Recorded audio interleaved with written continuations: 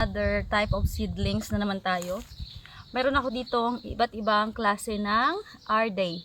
Ito siya yung ginagawang pickles.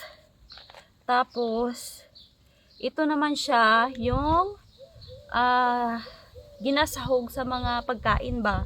Then, this one is yung kahit hilaw ba masarap. Kahit yung sa puno ba. Yung ang tawag dito, yung kahit hindi mo nalutuin, yung masarap ba? So, kumuha ako ng lots of seedlings for this.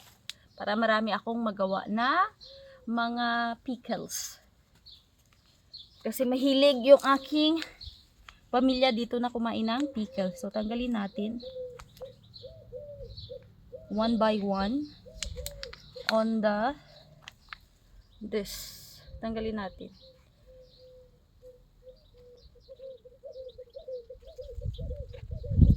I grab the opportunity na matapos itong ginagawa ko sa garden kasi grabe ang hilamon.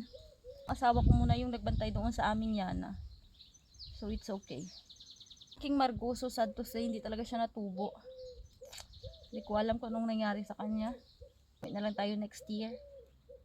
Or bibili ako ng another seedlings ng Margoso.